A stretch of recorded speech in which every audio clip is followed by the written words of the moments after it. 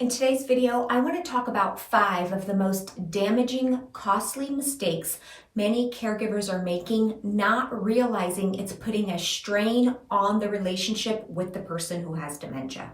As a reminder, anything that puts a strain on the relationship or hurts the relationship between you and your person with dementia is going to make it harder for that person to want to accept your help now and in the future.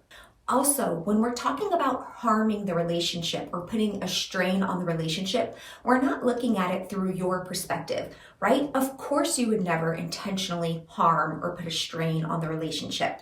But if we were to look at it from your loved one's perspective, how do you think they're viewing a lot of your actions?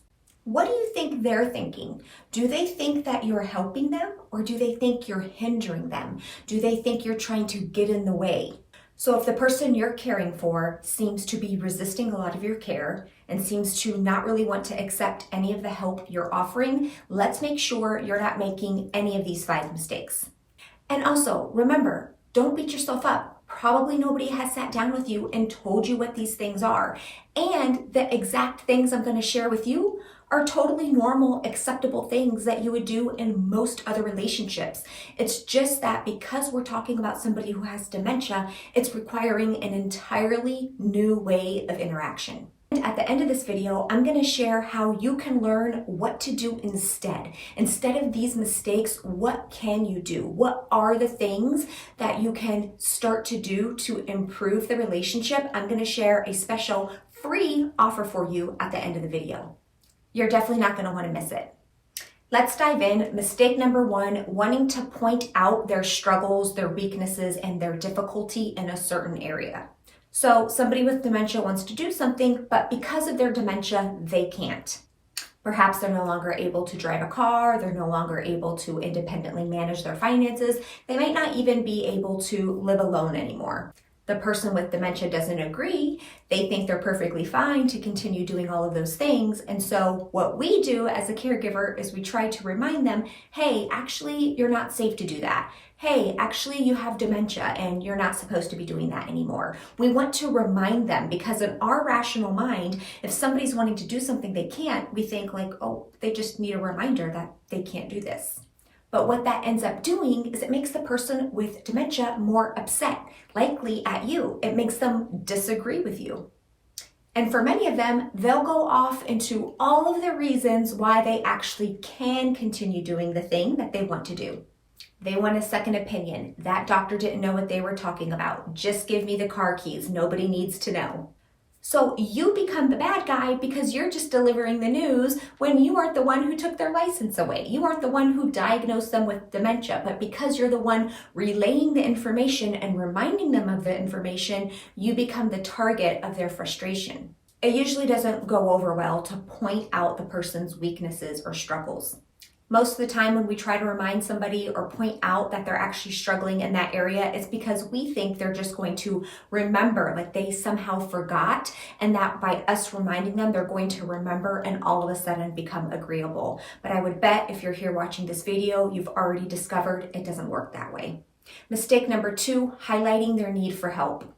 Similar to mistake number 1, where we're wanting to remind them of their weaknesses and struggles, and mistake number 2, where we're highlighting their need for help, this is where we are showing them how much we are helping. We might be doing care tasks, obviously, right in front of them, offering them help in the moment, leaning over, cutting up their food in front of them.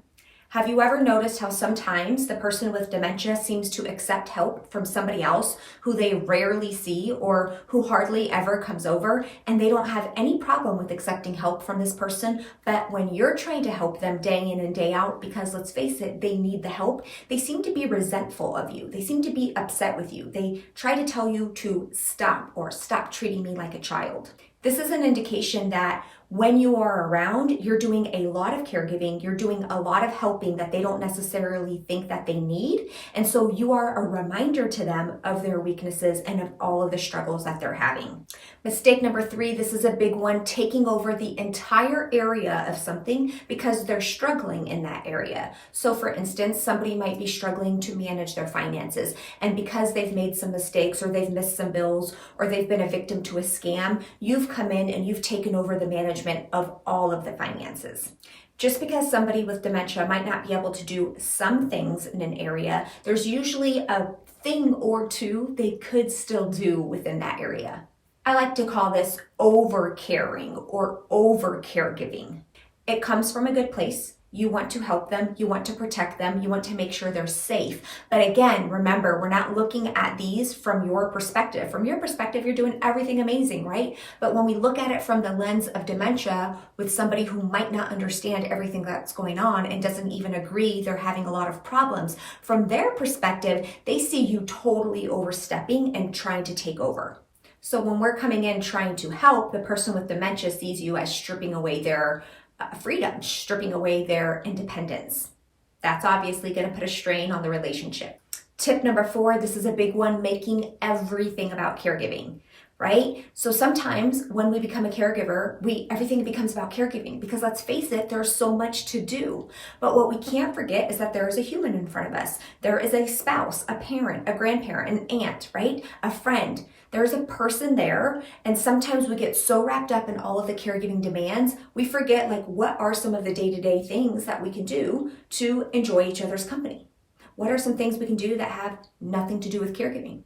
Again, this is another example where you might see the person with dementia doing really well with a visitor coming over, with a neighbor stopping by, in an environment where they're around people who aren't normally around. They seem to talk better, function better, engage, interact better with those people than they do with you. And a lot of times this is because you have become associated with all of the caregiving and none of the fun. Would you describe your relationship with the person you're caring for as caregiver-patient, right? Is that more of the relationship you have versus spouse to spouse, parent to child? And number 5, correcting them when it's not necessary. This is a big one. Every single time you correct the person with dementia, it is like a stab at the relationship. It can make them feel like you're always nagging them, like you're the warden or you're the boss and you're bossing them around or treating them like a child. It can also just lead to them not really enjoying having you around. It feels like they can't do anything right. They're always disappointing you or they're always doing something wrong. It's just not a pleasant feeling when you're around and they're constantly being reminded of all the things that they can't do well, they can't seem to get right. Okay, so to recap, 5 common mistakes many caregivers are making that is hurting your relationship and making it more difficult for them to want to accept your help. Number 1, reminding them of their diagnosis. Number 2, highlighting their need for help. Number 3, taking over the entire area of something because they're struggling in that area. Number 4, making everything about the caregiving and forgetting the human-to-human connection. Number 5, correcting them. The less you do those things, the more positive interactions you and the person with dementia will start to have with one another. The more positive interactions you and the person with dementia have with one another, the more likely they are going to be willing to accept your care now and moving forward in the future. Doesn't it just make sense that if somebody doesn't really like you, doesn't trust you, doesn't want you around, they're probably not going to be very open to accepting your care. Okay, now if you're wondering what the heck do I actually do instead, you are in luck. Inside of my Dementia Care Club, I have an entire program called the Relationship Revival. This is one of the most popular programs I have ever done. And up until now, it has only been available to my Dementia Care Club members.